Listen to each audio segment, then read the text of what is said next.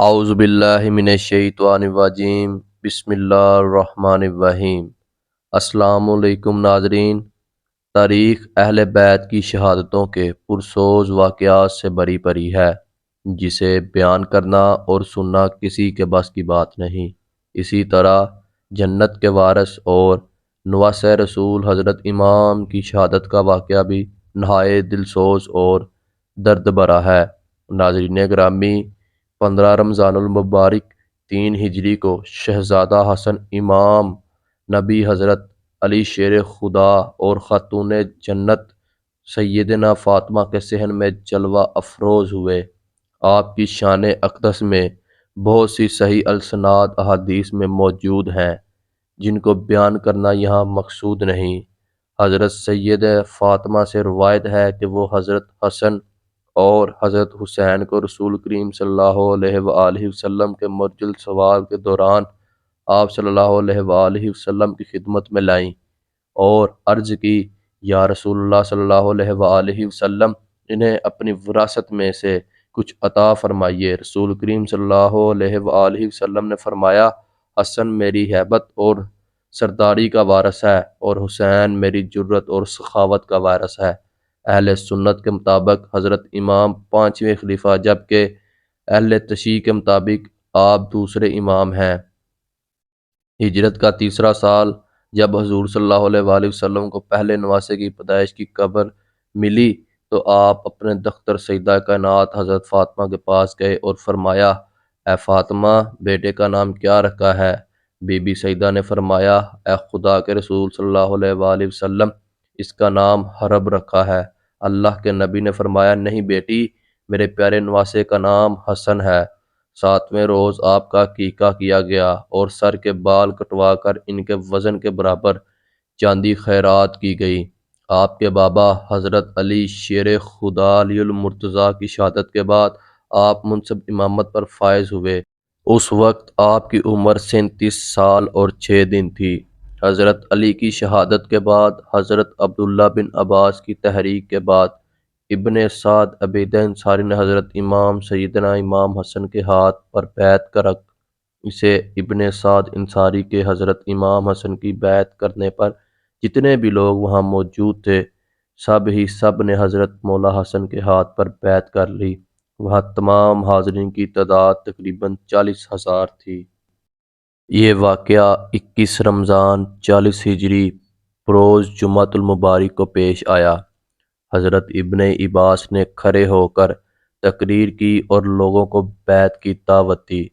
سب نے خوشی خوشی سے بیعت کی۔ آپ نے آنے والے وقت کا اندازہ لگایا اور وہاں تمام حاضرین سے شرط رکھی، اگر میں تمام کو کہوں کہ اگر جنگ کرو تو جنگ کے لیے تیار ہو جانا، اور اگر میں صلح کروں تو تم بھی صلح کر لینا۔ سب نے اسی شرط پر لبیک کہا۔ اس کے بعد حضور نبی کریم صلی اللہ علیہ وآلہ وسلم کی حدیث کی روشنی میں کہ میرا بیٹا حسن 2 گروہوں میں صلح کروائے گا اور جنگ و جدال اور خون ریزی کو روکے گا، ایک معاہدے کے تحت خلافت سے دستبرار ہوئے۔ صلح حدیبیہ کی عکاسی کے لیے تخت حکومت کو چھوڑ کر آپ نے جو تاریخ صلح کی، وہ تاریخ اسلام کا ایسا باب کہ جس کی مثال ڈھونڈنے سے بھی نہیں ملتی۔ جگر گوشہ رسول حضرت امام حسن کی صلح کے بعد مدینہ منورہ میں تشریف لے آئے، لیکن پھر بھی آپ نے حق اور سچ کی تبلیغ جاری رکھی، جس کا نتیجہ یہ ہوا کہ دشمنان اہل بیت آپ کی جان کے دشمن ہو گئے۔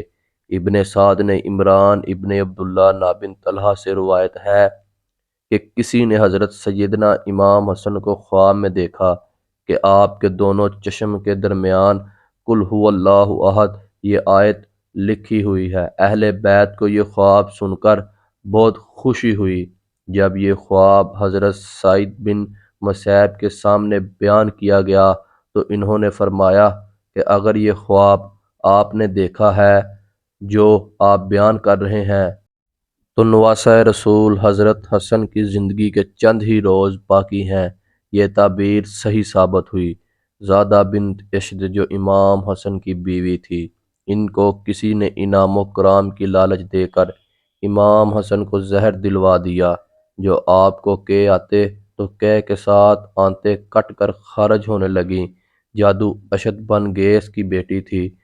جادہ کا امام کو زہر دینے کے بعد جو حال ہوا وہ بتانے سے پہلے حضرت امام حسن کی شہادت کی منظر کشی کرتے چلتے ہیں۔ چنانچہ حضرت امام حسین نے دیکھا کہ ان کے برادر محترم حضرت امام حسن کو گھبراہٹ و بے قراری زیادہ اور سماع مبارک پر حسن و ملال کے آثار نمودار ہیں۔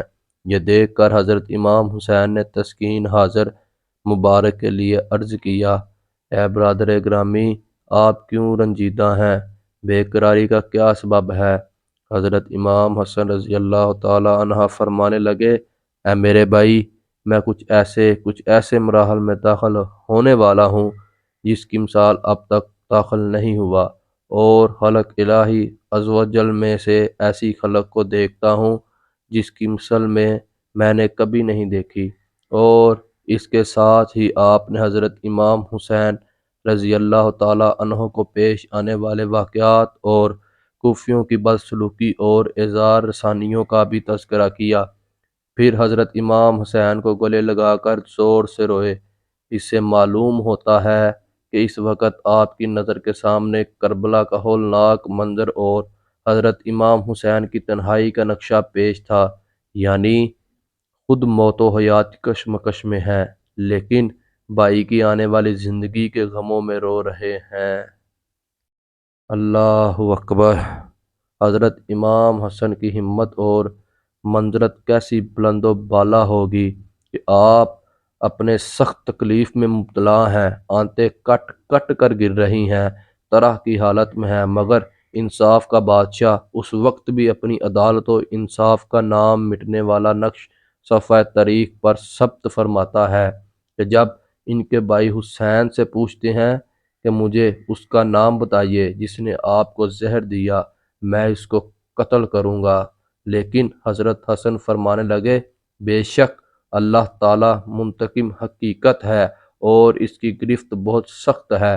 خیر امام حسن رضی اللہ تعالیٰ عنہ تقریباً 45 سال 6 مہینے اور 12 دن کی عمر میں جام شہادت نوش فرما گئے۔ یہ بات تو سب پر عیاں اور ظاہر ہے کہ آپ کی بیوی جادہ بنت اشت نے زہر دیا تھا، اور تمام محدثین نے اس کو بیان کیا ہے، لیکن اس بات پر اختلاف ہے کہ آپ کی بیوی نے آپ کو زہر کس کے کہنے پر اور کتنا انعام و کرام کی لالچ میں آ کر دیا۔ ناظرین گرامی، تاریخ میں روایات بتاتی ہیں کہ جادہ بنت اشت نے حضرت امام رضی اللہ تعالیٰ عنہ کا ان کے والد حضرت امام علی نے 38 ہجری میں کروایا، لیکن جادہ میں اسے آپ کی کوئی اولاد نہ تھی۔ انصاف الاشرف پر لکھا ہے کہ حضرت امام حسن رضی اللہ تعالیٰ عنہ کی شہادت کے بعد جادہ یعقوب بن طلحہ بن عبداللہ سے شادی کر اس کے شادی کے نتیجے میں 3 فرزند اسماعیل، اسحاق اور ابوبکر پیدا ہوئے، جن میں کوئی بھی جوانی کو نہ پہنچا اور کور کے مرض سے ہلاک ہوئے۔ یعقوب بن طلحہ کے واقعہ ہرا سن 63 ہجری میں مرنے کے بعد جادان عبداللہ بن عباس کے بڑے بیٹے عباس سے شادی کر ابن سعد طبقات الکبریٰ پر لکھتے ہیں کہ اس شادی سے ایک محمد نامی لڑکا اور قریبہ نام کی لڑکی پیدا ہوئی۔ لوگ ان دونوں بچوں کو بنت مثبت الزواج یعنی شوہر کو زہر دینے والی ماں کے بچے کہہ کر پکارتے تھے، لیکن بدقسمتی کہ یہ دونوں بھی کور کے مرض سے ہی مرے اور جادہ کی نسل ختم ہو گئی۔ ابن سعد اور ابن عساکر نے لکھا ہے کہ جادہ کی موت انتہائی زہریلے سانپ کے کاٹنے سے ہوئی، ایسا زہریلا سانپ جس کے کاٹنے سے زیادہ کی شکل ہی تبدیل ہو گئی۔ استغفر اللہ، نعوذ باللہ۔ اللہ پاک سے دعا ہے کہ اللہ پاک حضرت امام حسن کو مغفرت عطا فرمائے۔ آمین ثم آمین، آمین۔